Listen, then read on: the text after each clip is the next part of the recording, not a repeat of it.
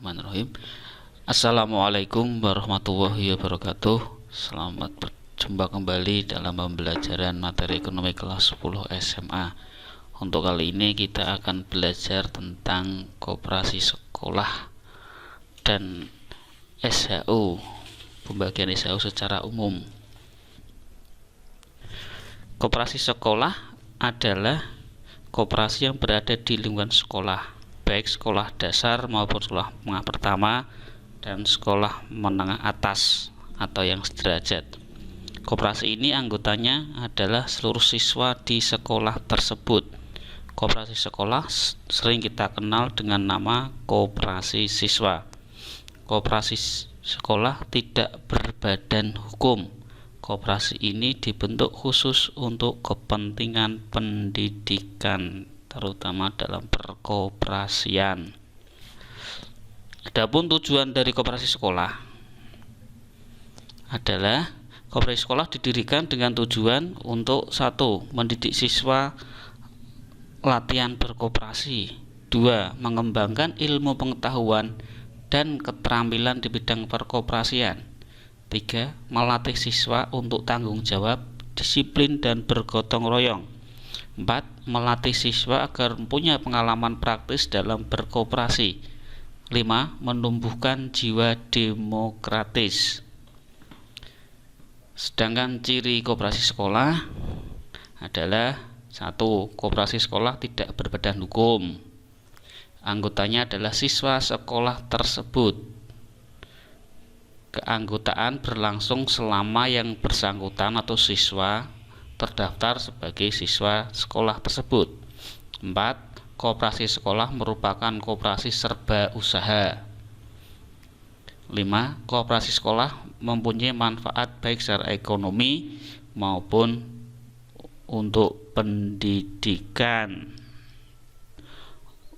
Untuk tahap-tahap pendirian koperasi sekolah. Untuk mendirikan koperasi sekolah perlu beberapa tahap, yaitu pertama tahap persiapan, 2 tahap pembentukan, 3 tahap pengesahan. Tahap pendirian koperasi pada tahap persiapan. Pada tahap ini kepala sekolah, guru, siswa mengadakan pertemuan untuk membahas pendirian koperasi sekolah. Selanjutnya membentuk panitia yang akan melakukan persiapan-persiapan. Persiapan tersebut meliputi mengumpulkan informasi tentang koperasi sekolah dan berkoordinasi dengan kantor koperasi setempat. B. Menentukan waktu, tempat, dan acara rapat pembentukan koperasi sekolah. C. Membuat rancangan ADART. D. Membuat rancangan program. E. Mempersiapkan sistem pemilihan pengurus. F. Menyiapkan administrasi rapat seperti undangan, daftar hadir, notulen, tata tertib, dan akta pendirian sekolah. Itu adalah termasuk dalam tahap persiapan. Setelah tahap persiapan selesai, selanjutnya adalah tahap pembentukan. Pada tahap pembentukan, rapat pembentukan dihadiri oleh A. Kepala sekolah dan dewan guru, B. Siswa minimal 20 orang, C. Pejabat kantor koperasi, D. Perwakilan orang tua siswa. Yang dibahas pada rapat ini atau rapat pembentukan koperasi sekolah adalah A. Pembentukan koperasi sekolah, B. Pemilihan pengurus dan pengawas koperasi, C. Penetapan anggaran dasar dan anggaran rumah tangga koperasi sekolah, D. Penetapan bidang usaha, dan E. Penetapan rencana kerja dan rencana anggaran. Sekarang yang ketiga, tahap pengesahan koperasi sekolah. Setelah pembentukan koperasi sekolah, maka tahap selanjutnya adalah pengajuan pengesahan ke kantor koperasi setempat dengan melampirkan A. Anggaran dasar atau akta pendirian koperasi rangkap 3 yang asli bermaterai, B. Berita acara pembentukan koperasi, C. Neraca awal koperasi. Apabila semuanya memenuhi persyaratan, kantor dinas koperasi selambat-lambatnya 3 bulan sejak pengajuan akan memberikan pengesahan. Bila persyaratan kurang lengkap, bisa dikembalikan untuk diperbaiki. Pada dasarnya, koperasi sekolah didirikan untuk memenuhi kebutuhan para siswa dan untuk pendidikan, ya. Untuk itu, jenis usaha koperasi sebaiknya mempertimbangkan kebutuhan siswa tersebut. Kegiatan usaha yang bisa dilakukan koperasi sekolah diantaranya: 1. Unit usaha pertokoan. Unit ini bertujuan melayani kebutuhan pokok para siswa. Umumnya barang yang disediakan di toko adalah alat tulis, seragam sekolah, buku pelajaran, dan barang lainnya. Yang kedua adalah unit usaha kafetaria atau kantin sekolah. Unit ini bertujuan menyediakan kebutuhan makanan dan minuman bagi siswa dengan harga murah, kebersihan dan kesehatan yang lebih terjaga, serta siswa tidak perlu keluar lingkungan sekolah. Unit usaha yang berikutnya, nomor 3, adalah unit usaha simpan pinjam. Unit ini bertujuan mendidik siswa untuk hemat dan gemar menabung. Unit ini juga bisa memberikan pinjaman pada siswa yang membutuhkan.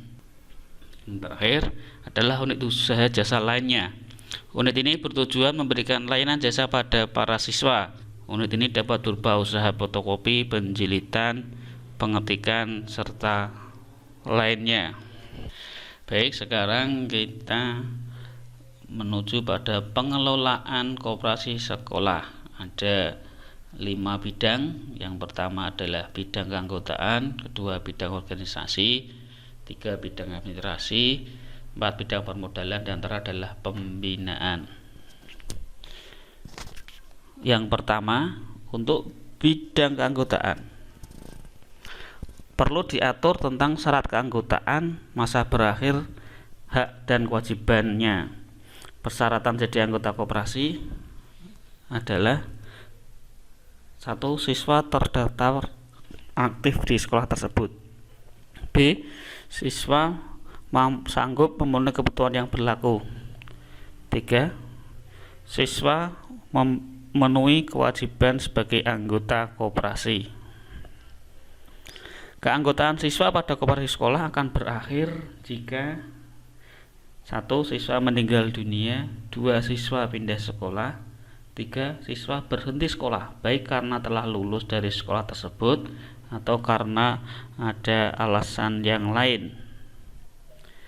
Hak siswa sebagai anggota koperasi sekolah adalah: A. Memilih dan dipilih sebagai pengurus, B. Memberikan saran baik diminta maupun tidak, C. Mendapatkan SHU sesuai ketentuan, D. Mendapatkan pelayanan yang sama dengan anggota lainnya, E. Memberikan surat suara dalam rapat anggota, F. Mengetahui perkembangan koperasi. Selain memiliki hak, anggota juga mempunyai kewajiban diantaranya: A. Mematuhi anggaran dasar dan anggaran rumah tangga yang telah ditetapkan, B. Berpartisipasi aktif dalam kegiatan memajukan koperasi, C. Menjaga nama baik koperasi sekolah. Itu bidang keanggotaan. Sekarang kita ke bidang organisasi. Bidang ini berkaitan dengan perangkat organisasi koperasi yang meliputi rapat anggota, pengurus, dan pengawas. Ketiganya harus berjalan sesuai dengan tugas, wewenang, dan tanggung jawabnya. Yang ketiga, bidang administrasi. Koperasi yang baik adalah yang memiliki administrasi dan pembukuan yang baik dan tertib. Untuk itu, koperasi perlu melengkapi administrasi. Nomor 4, bidang permodalan. Modal koperasi sekolah bisa dari modal sendiri maupun modal dari luar. Modal sendiri yaitu modal yang berasal dari simpanan pokok, simpanan wajib, dan dana tajangan yang berasal dari SHU yang tidak dibagi. Sedangkan modal dari luar yaitu modal yang berasal dari simpanan sukarela, pinjaman dari bank, pinjaman dari koperasi lain, ataupun sumber-sumber lain. Sekarang yang terakhir, pembinaan. Kepala sekolah dan guru harus memberikan pembinaan secara kontinu guna kelancaran dan kelangsungan koperasi sekolah. Pembinaan bisa dalam bentuk: A. Pemberian fasilitas yang diperlukan koperasi sekolah seperti ruangan, peralatan, dan perlengkapan. B. Pendidikan perkoperasian baik melalui mata pelajaran ekonomi atau pelatihan khusus tentang koperasi. C. Studi banding ke koperasi sekolah lain. Sekarang kita akan belajar tentang sisa hasil usaha dan cara menghitungnya di dalam koperasi umum maupun koperasi sekolah. Menurut Undang-Undang Perkoperasian Nomor 25 Tahun 1992 Pasal 45 Ayat 1 disebutkan bahwa sisa hasil usaha merupakan pendapatan koperasi yang diperoleh dalam 1 tahun buku dikurangi dengan biaya, penyusutan, pajak, dan kewajiban pada tahun yang bersangkutan. Sedangkan ayat 2, SHU setelah dikurangi dana cadangan dibagikan kepada anggota koperasi serta digunakan untuk keperluan pendidikan perkoperasian dan keperluan lain dari koperasi sesuai dengan keputusan rapat anggota. Pada dasarnya, SHU koperasi secara umum dibagikan pada anggota dalam 2 bentuk. Yang pertama, jasa modal atau jasa simpanan. Yang kedua, jasa anggota atau jasa usaha. Rumus untuk menghitung jasa modal atau jasa simpanan adalah jasa modal ini dibagikan kepada anggota berdasarkan besar kecilnya simpanan atau modal anggota tersebut di koperasi. Semakin besar simpanan atau modal, maka akan semakin besar jasa simpanan atau jasa modal yang akan diterima. Untuk menghitung jasa simpanan dengan rumus SHU jasa modal anggota adalah simpanan anggota yang bersangkutan dibagi dengan total simpanan koperasi kali bagian SHU untuk jasa modal. Simpanan anggota ini terdiri dari simpanan pokok, simpanan wajib, dan simpanan sukarela. Total simpanan koperasi juga sama, terdiri dari seluruh simpanan sukarela anggota ditambah seluruh simpanan wajib anggota ditambah seluruh simpanan pokok anggota.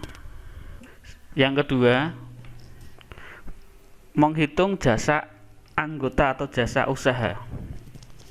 Jasa anggota atau usaha dibagikan kepada anggota berdasarkan kontribusinya pada koperasi sesuai dengan jenis koperasi. Saya ulang lagi, untuk jasa anggota tergantung dari jenis usaha koperasi tersebut. Yang pertama, jika koperasinya adalah koperasi konsumsi, besarnya jasa anggota pada koperasi ini berdasarkan besar kecilnya anggota berbelanja di koperasi, sehingga rumusnya adalah SHU tiap anggota adalah penjualan pada anggota yang bersangkutan dibagi total penjualan koperasi kali bagian SHU untuk jasa anggota. Apabila koperasinya berjenis simpan pinjam, besarnya jasa anggota pada koperasi simpan pinjam tergantung dari jumlah pinjaman oleh anggota tersebut kepada koperasi, sehingga SHU tiap anggota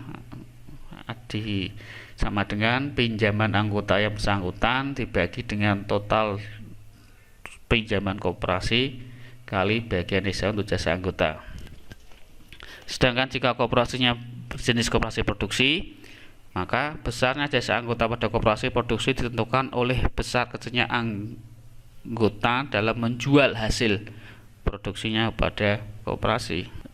Rumusnya SHU tiap anggotanya adalah pembelian pada anggota yang bersangkutan dibagi total pembelian koperasi kali bagian SHU untuk jasa anggota. Sekarang kita lihat contoh cara pembagian SHU. Diketahui SHU Koperasi Konsumsi Maju pada tahun 2014 memperoleh SHU 50 juta. Pengalokasian SHU sebagai berikut: 25% untuk dana cadangan, 25% untuk jasa anggota, 5% dana sosial, 5% untuk dana pembangunan lingkungan, 10% untuk dana pengurus, 20% untuk jasa modal, 5% untuk dana pendidikan, 10% untuk dana pegawai. Yang diperlukan dalam penghitungan SHU adalah persentase jasa anggota atau jasa usaha dan persentase jasa modal atau jasa simpanan. Jika Pak Amir sebagai anggota mempunyai simpanan pokok 500.000 dan simpanan wajib 2.500.000, sedangkan total modal koperasi 60 juta. Pak Amir berbelanja di koperasi senilai 1 juta dan total penjualan koperasi pada anggota adalah 40 juta. Berapakah SHU yang akan diterima Pak Amir?